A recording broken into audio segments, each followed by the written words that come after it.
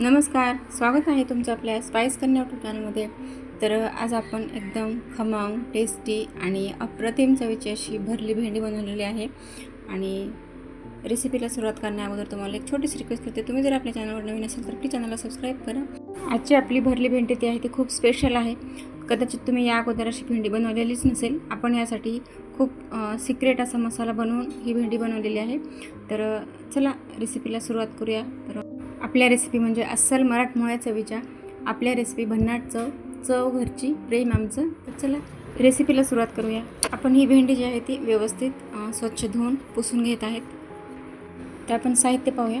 आपण घेतलेलं आहे 2 चमचे खोबरं, 2 चमचे तीळ घेतलेले आहेत, 3 चमचे शेंगदाणे, नंतर घेतलेले आहे आपण 1 चमचा धणे, 1 चमचा जिरे, लसणाच्या 15 ते 20 पाकळ्या, 1 चमचा लाल तिखट, थोडीशी हळद आणि अर्धा चमचा मीठ घेतलेलं आहे। तर आता आपण भेंडी जी आहे ती व्यवस्थित कट करून घेणार आहे। तर भेंडीचे दोन्ही साईडने आपण काढून घेतलेले आहे आणि उभी चिरून घेतलेले आहे। आता आपण हे शेंगदाणे जे आहेत ते भाजायला घातलेले आहेत। शेंगदाणे व्यवस्थित भाजल्यानंतर आपण त्याचे साल काढून घेतलेले आहेत। नंतर खोबरं आणि तीळसुद्धा आपण त्या शेंगदाण्यासोबत परत भाजून घेतलेलं आहे।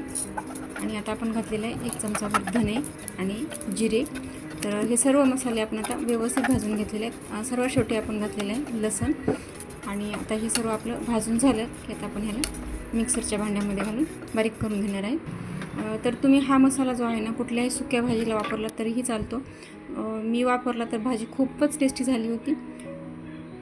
तर आता हे सर्व आपण भाजलेले जिन्नस जे आहेत ते मिक्सरच्या भांड्यामध्ये घातलेले आहेत। आता आपण वरतून घालणार आहोत मगाशी जी घेतलेली आहे आपण हळद आणि अर्धा चमचा मीठ घातलेलं आहे। नंतर आपण 1 चमचा लाल तिखट घातलेलं आहे। धने जिरे पूड आपण याच्यामध्ये वेगळी घातलेली नाही, कारण आपण मसाले भाजत असतानाच घातलेले नाही। तर हे बघा आपल्या मसाल्याचा कलर इतका सुंदर आलेला आहे ना की खरंच खूपच चवीला सुद्धा अप्रतिम लागतो हा मसाला। तुम्ही कुठल्याही भाजीला वापरू शकता, सुक्या भाज्यांसाठी तर एकदम चविष्ट लागते भाजी। आता आपण ह्या मसाल्यामध्ये 1 लिंबू पूर्ण रस पिळून घेतलेला आहे, कारण हा मसाला थोडासा चटपटीत आणि आणखीनही छान लागतो। तर याच्यामध्ये तुम्ही थोडासा चाट मसाला टाकला तरीही चालतो। मी नाही घातला, लिंबाचा रस घातल्यामुळं दुसरं काहीच घातलेलं नाही। त्याच्यामध्ये तुम्हाला 1 चमचाभर जर गूळ घालायचं असेल तरीही घालू शकतात। आता आपण हा मसाला जो आहे तो व्यवस्थित मिक्स करून घेतलेला आहे, कारण लिंबाचा रस घातल्यामुळे थोडासा ओलसरपणा आलेला आहे। आणि यामुळं जो मसाला आहे ना आपला भेंडीला एकदम चिटकून राहतो, अजिबात वेगळा होत नाही। आणि आपण जेव्हा ह्या भेंड्या तळतो ना तर तेव्हासुद्धा आपला मसाला भेंडीपासून वेगळा अजिबात होत नाही। आता आपण हा मसाला जो आहे तो व्यवस्थित भेंड्यांमध्ये भरून घेत आहेत। तर ही पहा, या पद्धतीने आपल्याला दाबून भरायचं आहे, म्हणजे आपण जेव्हा भेंड्या तळतो ना तर तेव्हा तो भेंडीमधून बाजूला निघला नाही पाहिजे। तर या पद्धतीने आपण अशाच ह्या भेंड्या भरून घेतलेल्या आहेत। तर चॅनलला तुम्ही आणखीनही जर आपल्या सबस्क्राईब केलेलं नसेल तर प्लीज अशाच नवीन आणि छान रेसिपीसाठी आपल्या चॅनलला सबस्क्राईब करा। व्हिडिओ पूर्ण पहा। आपला व्हिडिओ तुमच्या जवळच्या मित्रमैत्रिणींना आणि नातेवाईकांना जरूर शेअर करा आणि आपल्या चॅनलला सपोर्ट करा। तर आपल्या ह्या भेंड्या आता भरून झालेल्या आहेत।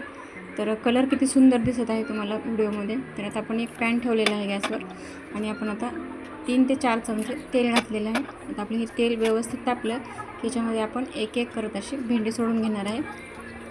तर हे पहा, आपण आता अशा ह्या भेंड्या सोडून घेतलेल्या आहेत तेलामध्ये।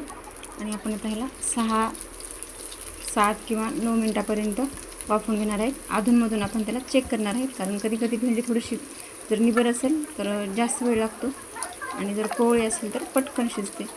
तर आता आपण ह्या भेंड्या पूर्णपणे पॅनमध्ये घालून घेतलेल्या आहेत। तर आपण याच्यावर झाकण ठेवून 7 मिनिटांपर्यंत अगोदर ठेवणार आहोत। नंतर चेक करून गरज वाटली तर पुन्हा ठेवणार आहोत, नाहीतर लगेच काढून घेणार आहोत। तर आपली 7 मिनिटं झालेली आहेत। आपण आता भेंडी चेक करून घेऊया। आपली भेंडी व्यवस्थित शिजलेली आहे। तर आता आपण ही वाढलेली आहे, तर तुम्हाला ताटात दिसत आहे भेंडी। आणि आपण हा लोणच्याचा व्हिडिओ कालच टाकलेला आहे, तर ते लोणचं तयार केलेली आपली तळलेली भेंडी अशी दिसत आहे। कशी वाटली रेसिपी ते कमेंट करून सांगायला विसरू नका। आणि चॅनलला आणखीनही जर तुम्ही सबस्क्राईब केलं नसेल तर प्लीज सबस्क्राईब करा, आपल्या चॅनलला सपोर्ट करा। आणि आपण आता भेटूया अशाच नेक्स्ट रेसिपीसोबत नेक्स्ट व्हिडिओमध्ये। तोपर्यंत सर्वांना बाय बाय।